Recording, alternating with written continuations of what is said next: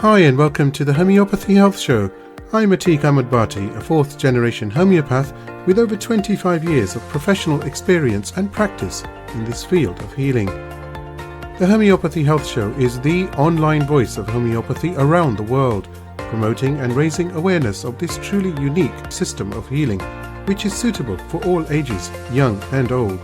Every week I invite guests from the world of homeopathy to come and share their experiences, their work, offer insights, and essentially talk all things homeopathy.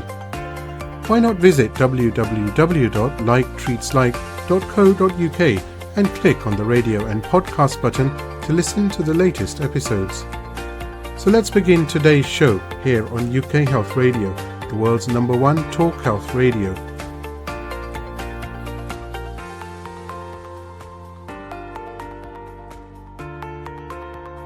Hi and welcome to another episode of the Homeopathy Health Podcast here on the UK Health Radio Network. And as always, I do hope and pray you are in the best of health. So we're actually continuing from last week. And as you know, this is a two-part special podcast, today being part 2, on studying to become a homeopath. And last week, I had the good fortune and pleasure to speak to Kevin Green and Lisa Rao, who were on the podcast sharing their experiences of studying homeopathy at the School of Homeopathy here in the UK. Now, Kevin Green himself is a Year 1 student studying the Advanced Diploma in Homeopathy, and Lisa Rao is a Year 2 student on the same course. So if you have missed that episode, please do go back. All the links are in my Instagram bio, or just go to any podcast app and just type in Homeopathy Health with Atiq, and you'll be able to find the episode. Now, I'm equally delighted to welcome today's guests on the podcast, namely Naila Chima, who is a Year 3 student on the same course, which is the Advanced Diploma in Homeopathy, and Fiona Jaffe, who is a Year 4 student. So it's really an exciting time, actually, because I've always wanted to cover or to give an example of, or real-time examples in this case, of studying homeopathy. And you know, we've covered Year 1, 2, and today we're going to cover Year 3 and 4. So it should give you a real example of what it's like across the board in every year studying homeopathy, what's involved, the journeys that the students themselves have had, and we're going to have some fun along the way, of course. So without further ado, Naila Chima and Fiona Jaffe, thank you so very much for coming on the Homeopathy Health Podcast for this special 2-part.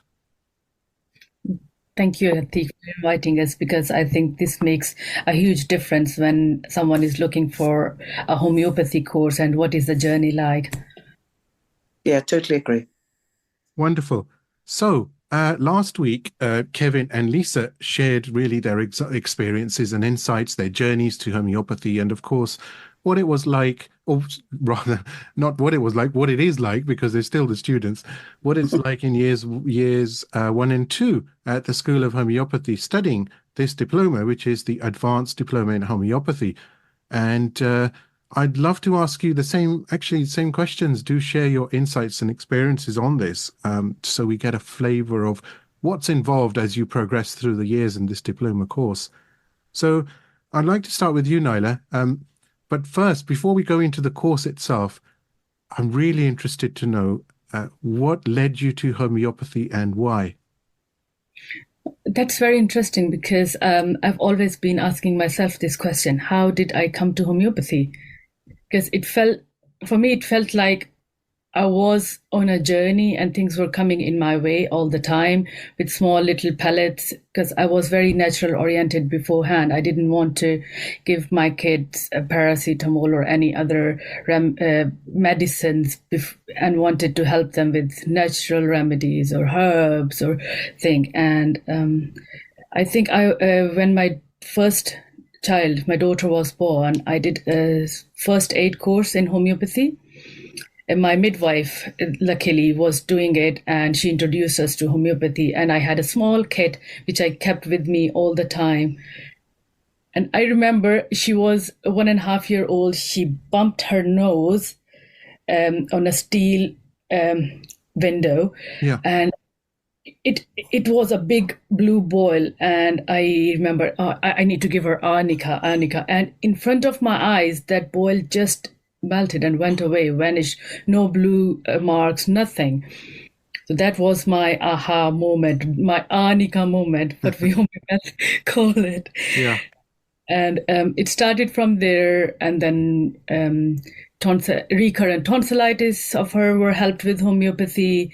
Then I helped another friend of mine. Her son was going to have a tonsillectomy, and with the help of homeopathy, he didn't have to go for the operation. My son, he also was helped with eczema and another operation of his tear duct, which was blocked, that he didn't have to go through because of homeopathy. So it was kind of, I never thought I will study homeopathy actually, until I thought, what am I going to do in 10 years' time when my kids are all grown up? And I was working as in fashion industry. I was selling clothes to various people all around the world, and I didn't actually like it because I was never money oriented, like let's have lots of money and do this and that.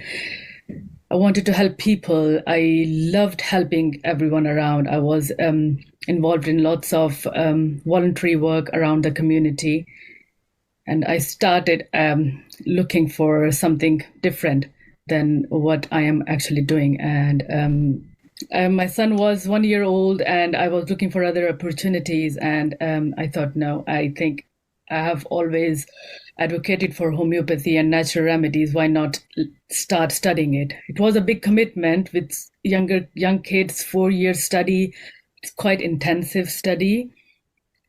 But I am so thankful that I started this journey, because I cannot think staying without this. It is such a marvelous journey that if you start it, you cannot look back.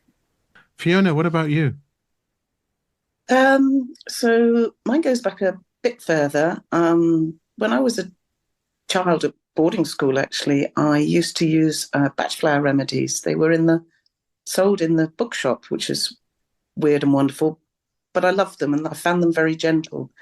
And then when I was in my 20s, I had the most horrendous cystitis, and nothing was helping at all. And I remember going to see a homeopath who had actually had a big change in career. I think he'd been at the African School of Oriental Medicine prior to that. Oriental Studies prior to that. Oh, SOAS. Yeah, that's it. Yes. And he was an amazing man. And I went to see him. I went just the once. I had cantharis just the once for this raging cystitis. And to this day, I mean, all these years later, I've never had it again. So that was my sort of road to Damascus sort of epiphany conversion thing. And then I tried to join the London College of Homeopathy in 1994, I think. I joined. I loved it. I was commuting from Brighton, where I was living at the time with my husband. And then he got a posting abroad. So for the next 20 years, we went abroad. And could I find it in the English medium? No. And arguably I could have, but I think it was early days of internet, so there was no online courses that I could find either. So fast forward, and having used homeopathy on my children, my husband, my pets, everybody I could homeopathize, I did. And similar to you, Nyla, the arnica story, with the kids, I remember my daughter falling down, getting a great big fat lip. And in our family, it was the arnica sweetie. So they knew where arnica lived, and off they'd trottle, and they'd go get a little pilule of arnica. Same thing, it just, like a deflation.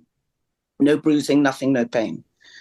And then fast forward, and we came back to England in 2014. And I started college at another college in the east of England. And then a couple of years ago, just over 2 years ago, I moved to the West Country. And I had the pleasure and joy of joining the School of Homeopathy. And I had watched Misha Norland videos from afar, not realizing that this was his college, until I thought, goodness, here I am.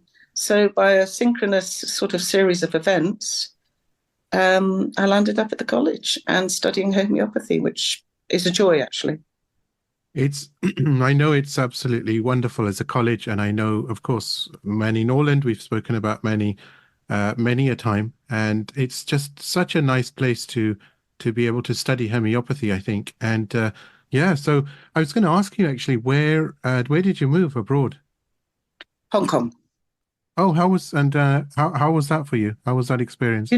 Absolutely amazing. Same as you, Nyla. I always use natural healing where I could. I didn't use anything like Calpol, etc. on the children.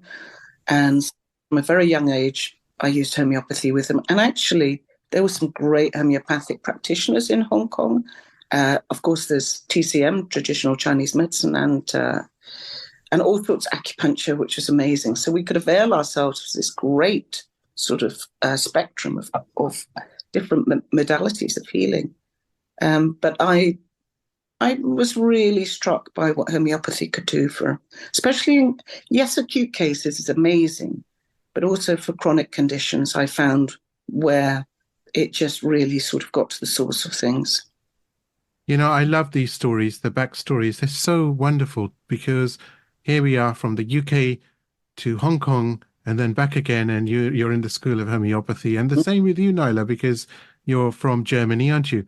And you know, there's a backstory there as well. And where have you ended up? You're studying a 4-year course at the School of Homeopathy in Stroud, which is in Gloucester, in the United Kingdom. So beautiful indeed. Thank you so much for sharing.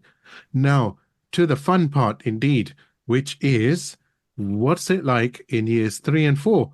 So we already have had Kevin and Lisa on talking about years 1 and 2. So Nyla, you're in year 3. So what changes occur sort of from year 2, or is it quite seamless? Is it just continuous, for want of a better word? Is it just like almost just progressing on what you've learned already? Or is it a slightly different take on what you've been studying and how you've been studying? Actually, to put it into words, you know, I think it is like the 10 decades we live. Up till the age of 10 is year 1, up till the age of 20 is year 2. And after the age of 20, when you, or let's say if you have gone to university, etc., and now you are moving into practical part alongside your studies, that is year 3, when we have learned the philosophy, we have learned all the theory and all the amazing stories from our tutors, the materia medica, this remedies for this remedy for this. But what now? Oh, now you are thrown into the practical world. You start supervised practice alongside your studies. You are taking your own patient, sitting in the seat of a practitioner. And alongside that, you also start mastering the various other methodologies in homeopathy, like sensation method, periodic table, etc. But the best part is, in the beginning of year 3, we start with proving a real substance. And I think that is the highlight of starting on the next 2-year journey, the year 3 and year 4. John Morgan from Helios Homeopathy Pharmacy, he came to our school. We made a remedy from scratch with him. And in a group, we took the remedy, meditated, and listened to our bodies, looked at our symptoms for 2 whole months, noting down each and every single symptom. Just imagine how many of us sit down every day and note down their own symptoms, listen to their bodies. Oh, this is happening to me today, or this is happening to me today. It is a journey in itself. Like, I was just thinking, you know, just as you said that, I spend most of my time listing down other people's symptoms. So it's interesting the way you said that. Listing down your symptoms. Isn't it interesting, Nyla, doing that? Because when you're listing all your symptoms and stuff, and you're going through them, and you think, you know, that which is not yours prior to, you know, having the remedy. It's so very obvious Because one of the things I wondered was when you took the proving, the remedy, and as I was chatting about earlier, ours was a little bit challenge, our particular proving, but it's so very obvious when you get sort of symptoms. I mean, just for example, one of the things I had when we took ours, am I allowed to say which remedy it was? Of course you are. Absolutely. Do share. In fact, I was going to ask Nyla which one she was. Well, she got the nice one. So we were given African termite. There's a big reveal in the December weekend, but there's a big reveal, and it's a blind proving, so we don't know what substance we're making. The only people that know, I think, is John, isn't it, from Helios? And Money.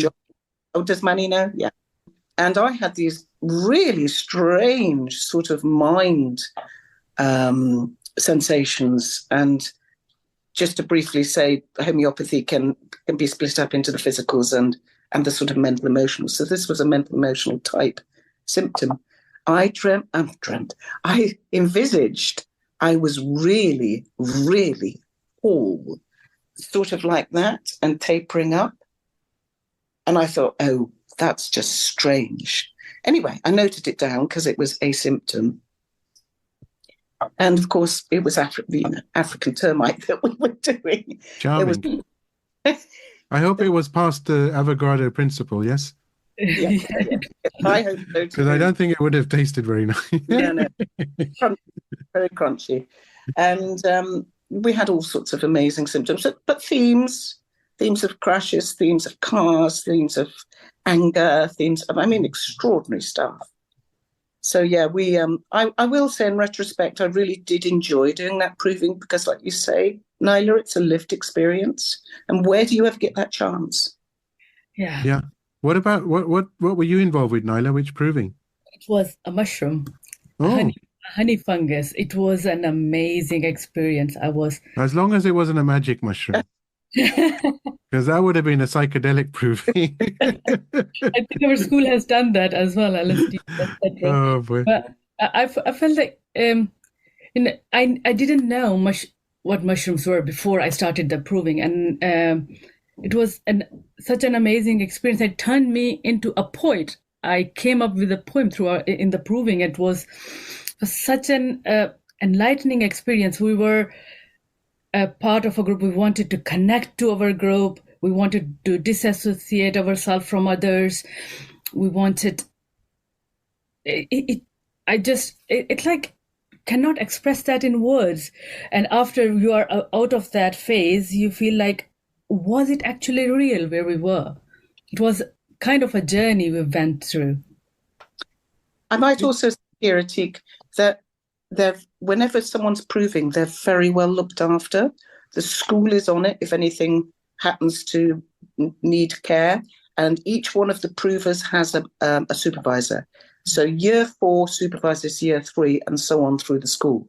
So there will always be a year 4, or if there aren't enough in that year, they'll get people who've external to the college. You know, as far as provings are concerned, we think back over 200 years ago and how Dr. Samuel Hahnemann undertook this proving process, which remains, of course, as the standard today, as the benchmark. But how amazing that the provings are done in this way, and literally those remedies are healing millions upon millions of people. It's just so profound, isn't it? Because a proving, compared to in the modern world, a proving is relatively straightforward. You know, the source material potentized, and then a potency or several, perhaps. It depends on what's being proved and what the outcome desired is. Generally a 30C, isn't it? Which is a sort of the standard nowadays, but it can vary. Of course, it depends again. But you know, it's taken, and then one is asked to list down the symptoms. You know, mental, emotional, physical. And how amazing, because this is the same process that took place for belladonna, for arnica, for chamomilla, for gelsemium, and every other remedy, which most people have probably heard of arnica. Most people have probably heard of belladonna or aconite in homeopathy, or arsenicum even. and how profound that they were proven over 200 years ago. And they are so, so incredibly powerful, you know, amazing, isn't it? It's Yeah. amazing. And you've actually lived through this at the school. And I think that's such a, you know, that as far as education is concerned, I think what you've probably learned from those provings is probably the whole year, because you've experienced homeopathy at its purest. You've seen this, you've witnessed the science of homeopathy, isn't it, as such? Yeah. And even The power of the the, minimum dose, the power of just 130C pellet can be so profound. I just wanted to share this one sentence which I wrote when I didn't know the substance, what it was. And I felt like I was a river of love, a river of connection, a river of love for the humanity and more. And then I was sitting on just to write some symptoms about what was happening, and my pen kept on writing and writing and writing. And when I read backwards, it turned out into a poem. Like, how many of us sit down and write something and it turned out into a poem? I'm not a poet.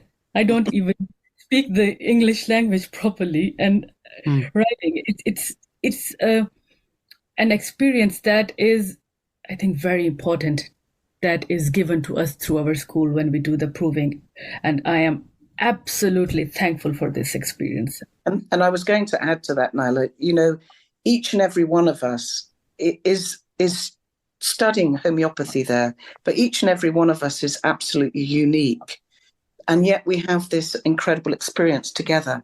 So there's a theme that comes out through these provings, and yet each and every one of our own experiences is unique and according to our own susceptibility, as it's called in homeopathy. And I found that absolutely extraordinary, because that is how the remedies are, you know, matched, how you would find the simillimum, I can't say it today, simillimum. And, you know, one of the joys of being at that college is that I'll often say to my kids, you know, it's hard work. It really is hard work. But I love going. And initially I didn't stay over at night time, but now I do. I stay on the Saturday. And it's just a joy, yes, to be in the lectures and learning, but it's a joy to be around, what would you say, there are 60 odd budding homeopaths in the college every weekend? That's extraordinary. Because another thing, where in this world would we get to be around so many like-minded people for 48 hours? It's amazing. It's wonderful, isn't it? Absolutely wonderful indeed. Now, tell me, year 3, what else is involved? So you start the year with provings, and then what does the rest of the remainder of the year comprise of? Because you've done the foundation, you've done the principles, you've done the philosophy, no doubt. What type of books, for example, do you use in year 3? So year 3, we have started on with periodic table. We are mastering the skill of periodic table, because periodic Good table... luck with that. we are doing gold series this month. Actually, I have to say, with the periodic table, I'm absolutely delighted, and this is an exclusive, that Jan Scholten is coming back for another session, and for another recording, should I say. And we are going to talk about the periodic table in a lot more detail than the first time he came on the podcast. But sorry, carry on. Yes. Yeah, both of his books, Jan Scholten's book, and then we also start on with sensation method more deeply. So Sankaran's books, that is what we are going to master. His 2-book structure, and then there is survival, and there is that sensation in homeopathy. We are going to study, like, there are lots and lots of books, and you can expand your horizon as much as you like. But it is, the best thing is, we never get bored of studying. Yeah, I remember kids, 20-year-olds studying in a university, and like, oh, there is an assignment coming, and there is an assignment coming, and we have to do this and that. With us, it is more like, can I not stop everything else and just focus on my assignment? Yeah, it's good. Are the assignments quite challenging? They are. They make you feel, they make you think. But on the other hand, the school is very supportive in this. For example, if you are you don't have a good month or etc., you are not giving your 100%, they'll still take those things into consideration and see what have you put in, and they'll help you with that. There are various tutors who mark your assignment, and they give different types of inputs. Like we just don't work with one tutor who is just doing classical homeopathy, or another one who is just periodic table oriented. So we have tutors from varied backgrounds, and they come together, teach us what they know best, so that we can become the best of ourselves. So I was going to ask you, as far as the periodic table is concerned and the sensation method itself, does that take up quite a large chunk of year 3 itself?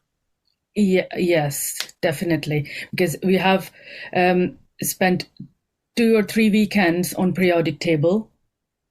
And sensation method is incorporated into the periodic table and the classical homeopathy and everything, because it is actually the core is periodic table, and the classical homeopathy. Sensation method is just a step forward by understanding the depth of the patient. So we are learning it side by side from year 1 onwards.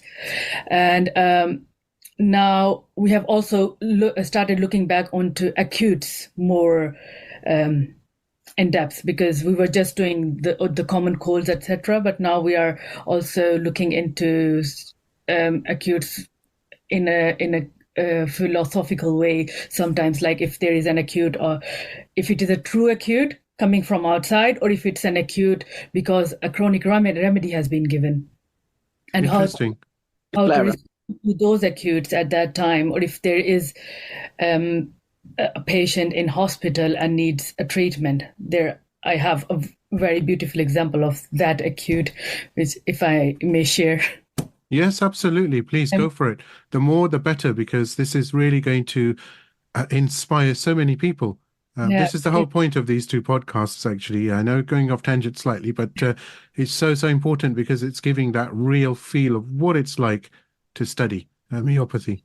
We just did a weekend full on acute remedies and how to respond in acute situations, and then we went on a holiday to Saudi Arabia, and we hiked the mountain to go to see Hira, if you know. We were on the mountaintop. It's 650 meters, I think. We were on the top of the hill. We were trying to come down, and then I saw a lot of people gathered around a little girl, a 16, 17-year-old. Right.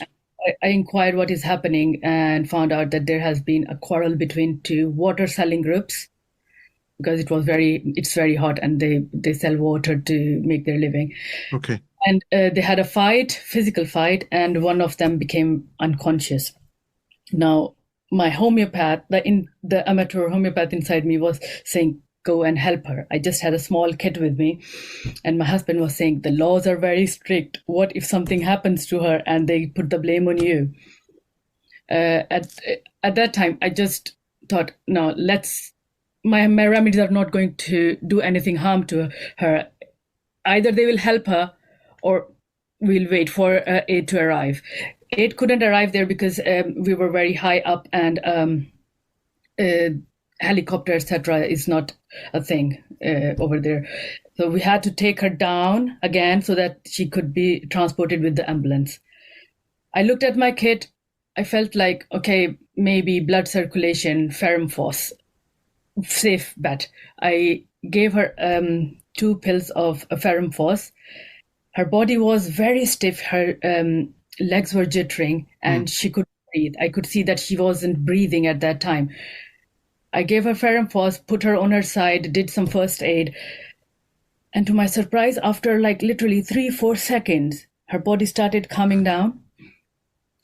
And I went on with aconite after that. And it helped her more to relax. And I continued with a couple of more remedies. But in a span of 15-20 seconds, I felt that she was relaxed. Her breathing was more normal. She was still not stable, in the sense of she was not responding properly. But around the 20 minutes mark, I asked her if she needs water. She replied to me by nodding, no, I don't want it. At that moment, I knew that she is now stable enough to go down the hill. So I asked a few men over there to help her, drag her down. And until I came down, I could see that she was stable and was transported with the ambulance. But that was my moment that everyone around there said that I saved her life. But I really felt that homeopathy has helped her come back to consciousness and that she started breathing again and she became relaxed. And I was very pleased with my acute lessons I had. Oh, wonderful. You know, if you didn't have that remedy kit and you didn't know about homeopathy, there's always a fear, and there's nothing you can do except for observe or watch. Yeah. But it's so nice to be in that moment, you know? Yeah. Well done to you. Yeah. Thank you. My husband, who was scared, he said that I think you saved her life. You did? Yeah, absolutely. Amazing. So, from that, so what is now expected for the year? What else apart from the periodic table, the sensation method, and of course you mentioned you start the year with the proving. What else is involved in year 3?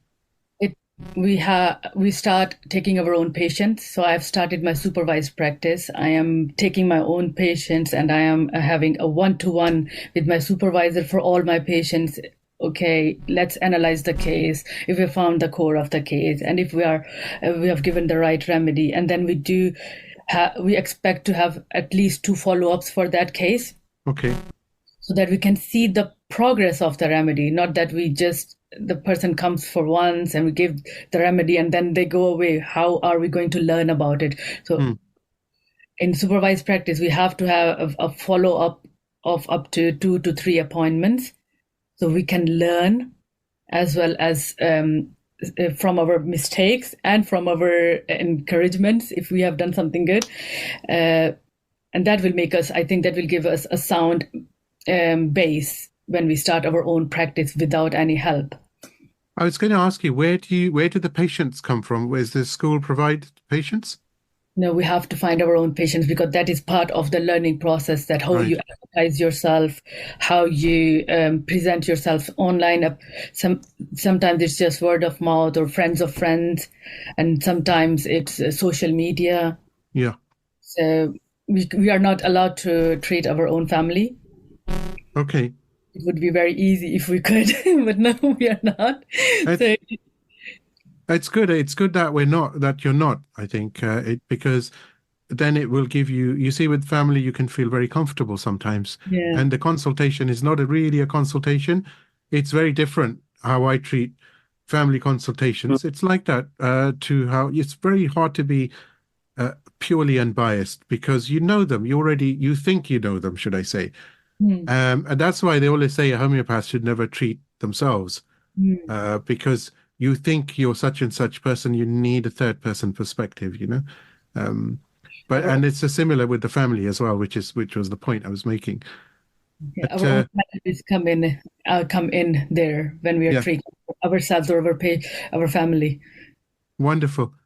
So after that, I think that's a wrap for that year then, after what you're doing. That's like the beginning of a new journey. We start taking our own patients, and usually in May, in the weekend of May, we have a guest coming up, a guest lecturer from all around the world. This time we are going to have it's Peter Tuminello, the homeopath with gems. Last year it was Miranda Castro. She was just amazing. She's amazing, isn't she? Miranda is amazing. So much energy as well. It's brilliant. Extraordinary, yeah. Extraordinary, yeah. So in May we are going to do this, and in June there will be a big graduation party for year 4. Woohoo! Yeah. It's pretty much like we're studying everything, but now in much more depth, what we have learned in year 1s and 2. Like plant families, we're going to learn a lot about plant families, animal families, the nosodes, the imponderables, mammals, like we're just studying 1, 2, 3 remedies from all the groups, but now we are studying the groups of the remedies. So if we are, so that we can, when we are analyzing, can ballpark the patient into one group and then find a better match for that person from that group, like fine tuning our prescriptions, we can say. Give us an example of the remedies. For example, if we see lots of themes of luck remedies, mammals, for example, and we see, okay, this person is group oriented, this person lives for the group, likes it, and we see lots of themes around that group, we can then fine tune it into finding another remedy. Like not everyone needs the commonly known remedies. Like it can be luck lupinum, or it can be luck leoninum, luck delphinum, instead of the other commonly known lacs of our materia medica. So in this way, we fine tune, because our aim is to give the right remedy, the one right remedy, and see the change. Wonderful indeed. And that very nicely leads us to year 4. So what's the change in year 4? Do share, Fiona. So year 4 is sort of a continuation of that. So Right. we do carry on studying Sankaren. We do carry on studying periodic table. Some of the lecturers will come in with their own case studies, their own sort of methodology. That's always great to see. We have clinic that we look at. I think it's sort of every month-ish, as much as they can make it. But that's when a lecturer or someone external, someone involved with the college will come up and they'll run a clinic. So a patient will come into the clinic, and the students will view it, but we're all, the patient can't see us. And this happens also for the online members of the college as well, of the school, sorry. So it's just more of sort of the same, really, but in greater depth. And then we're carrying on our supervised cases as well. So for me, my supervision didn't start till later. And this is what I find is so lovely about the college. Everybody really is an individual. And I mean, you could argue that homeopaths really are lanthanites. They are their very own people. They search, they're curious, they want to do their own thing. And they don't sort of bow to external pressure, albeit in a very quiet and considered way. But that tends to be the norm for homeopaths, I think. I think lanthanize fits quite well. And so for me, I came to supervision a bit late because I had my own personal issues that were going on in my life. And it centered a lot around grief for me. So I've had a lot of grief in my life and continue to have some over my life. But the school has been incredible. And when I was talking to my tutor, I said, not there yet. She said, that's fine. You'll get there when you get there. And I have. I've started taking on supervised cases, and then they're not straightforward. Mine tend to be not straightforward at all, which is extraordinary. And there's the other thing, I think. On our journey through life,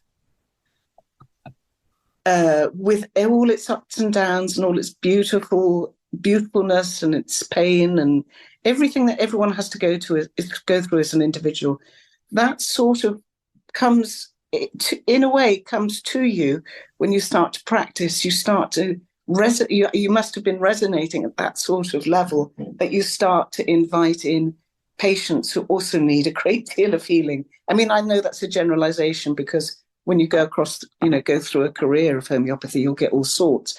But there seems to be a theme. I absolutely agree with you. And honestly, I experience this all the time. A patient will come with sciatica, and then that week is always so many patients calling with the same condition. And then somebody will come with some other condition. And, it's like everybody seems to be calling with the same. And I always wonder, I think this is so unusual, isn't it? But then I also think, well, it's actually really nice as well, because I already know, for example, in my case, I know what is needed and the process, and we get to the idea of the remedies. Um, but it's just nice to sometimes get clusters. And Yeah. but although I'm not inviting them, of course, I haven't got sciatica, and then all of a sudden they start coming. I'm just based on what you were saying, but it's similar. But Yeah. there is a lot of truth to what you're saying, because if if you are if you are the person who likes to be at peace, who likes to help others, you will get a certain you have a certain vibration which attracts a certain different a certain type of people, a Yeah. personality, Yeah. and psyches match.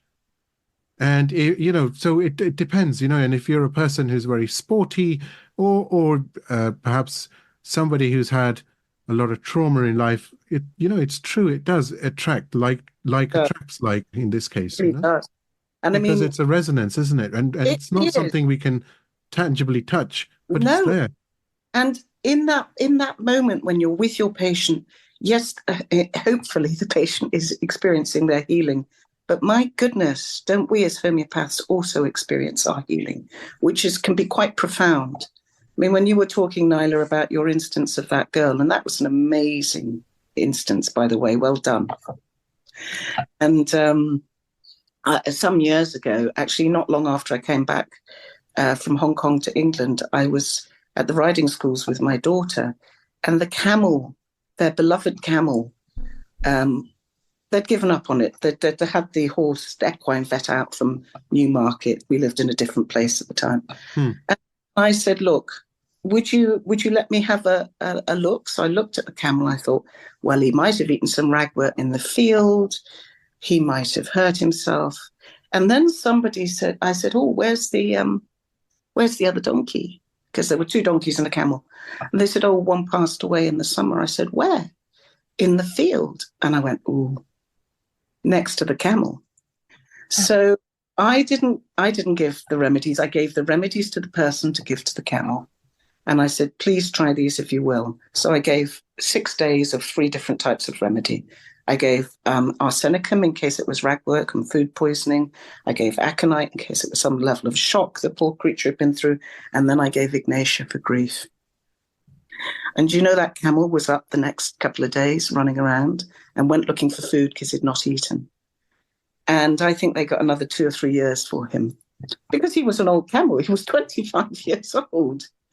And that is so wonderful to know, because Tracy Simpson, who is a dairy farmer in New Zealand, who was on the podcast last year, she spoke about the fact, she gave a similar example where her heifers were making a hue and cry at night, and I believe it was Ignatia that she administered, and she said it was just peaceful.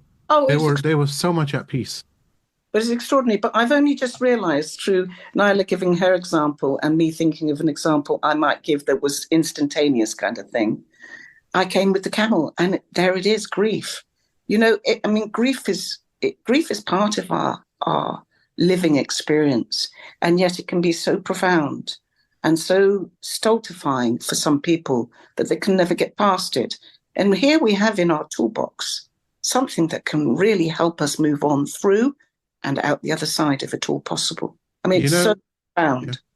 Fee and Nyla, just this week, yes, certainly it was this week, I've had 2 patients. One was suicidal, and they sat on the chair, and literally, they even showed me something they'd written, and a remedy was given, and they're absolutely fine after 24 hours. And then another patient was with a similar situation, and then there's a third patient actually who came postpartum depression, extreme to the level of psychosis, and 3 doses were given Monday, Wednesday, and Friday. So I only received the message yesterday, and a message came back saying, "Oh, I'm really well now. What do I do?"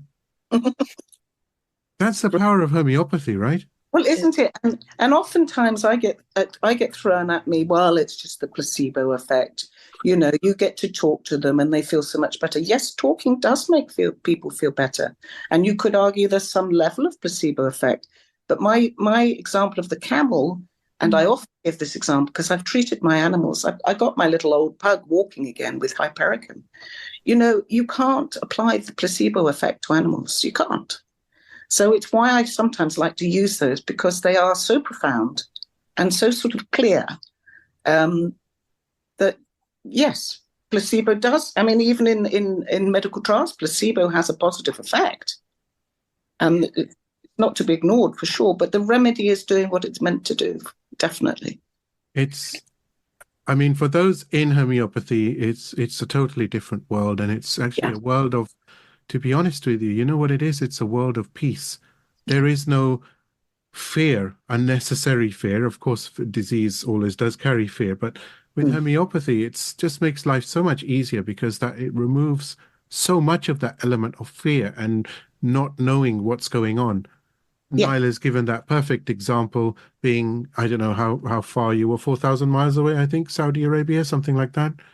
And you've got a little kit in your pocket, and then Fee's giving the example of the heifers or the dairy cow. It's sorry, the donkey, wasn't it? Donkey and camel. Yeah, donkey and camel. Sorry. And hey, you heard that here, by the way, donkey and camel. Okay, that was unique indeed. But it's fascinating, isn't it? What can be done? I travel with two kits.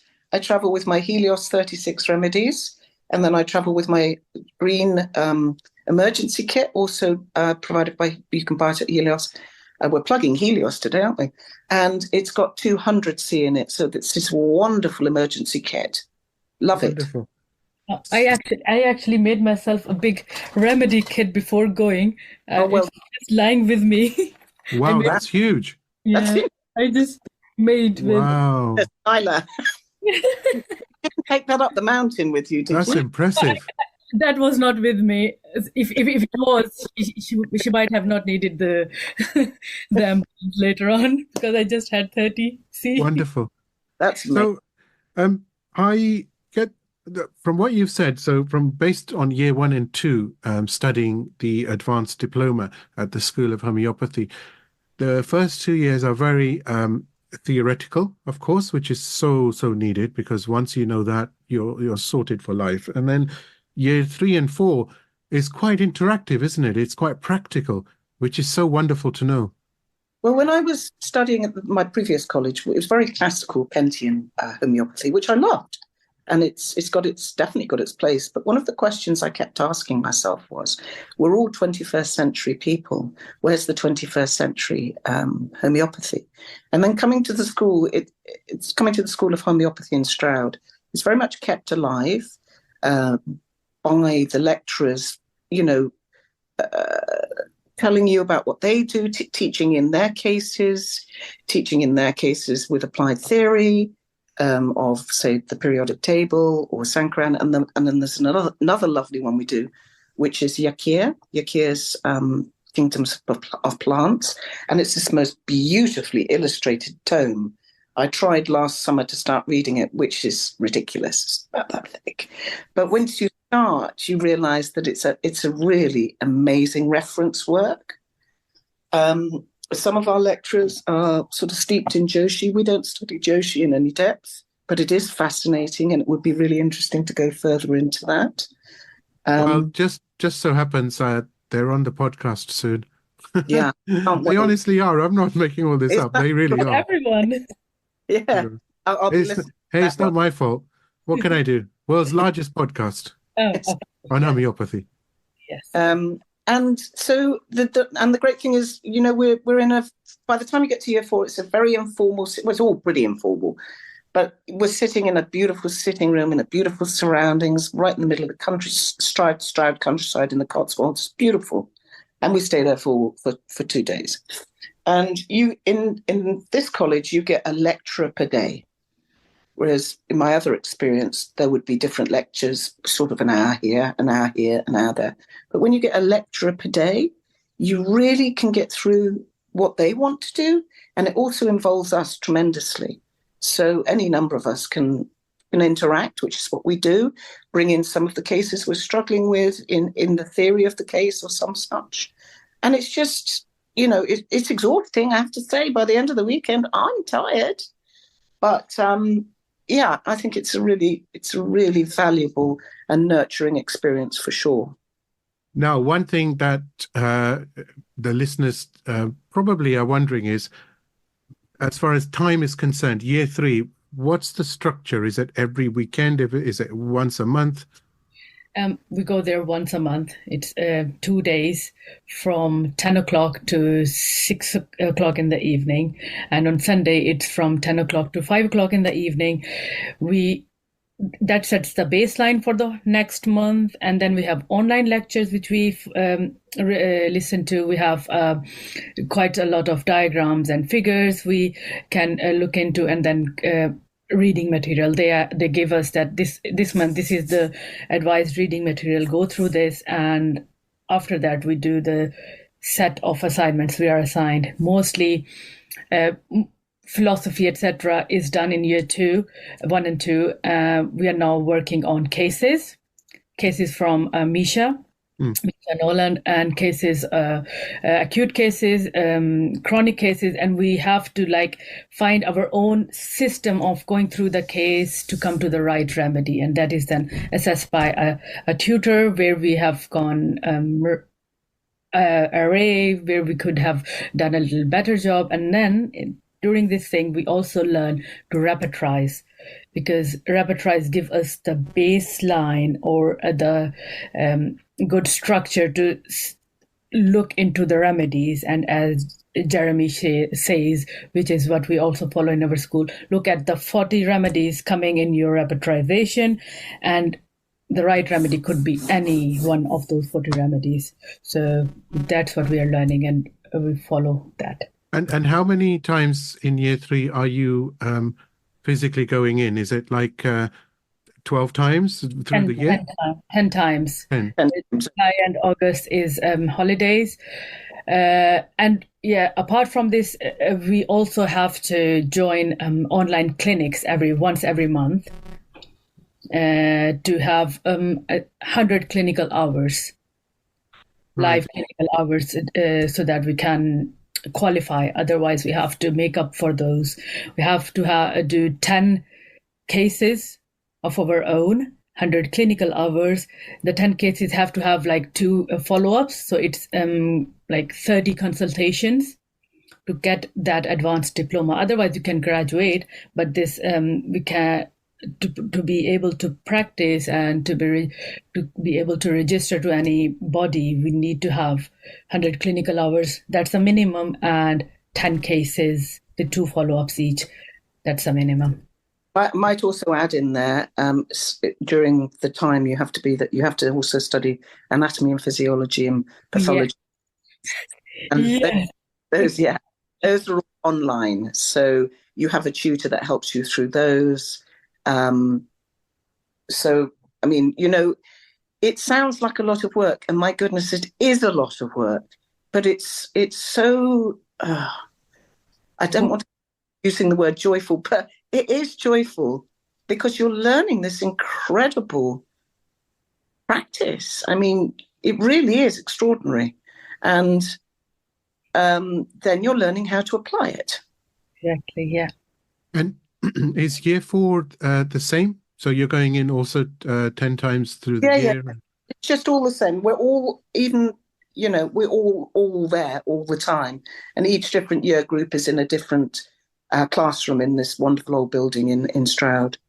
And then we meet each other during break times. We meet each other at lunchtime. And then, we've got the evening too to spend time with each other. Wonderful. What a wonderful, wonderful way to learn homeopathy indeed. It's extraordinary. It's extraordinarily wonderful.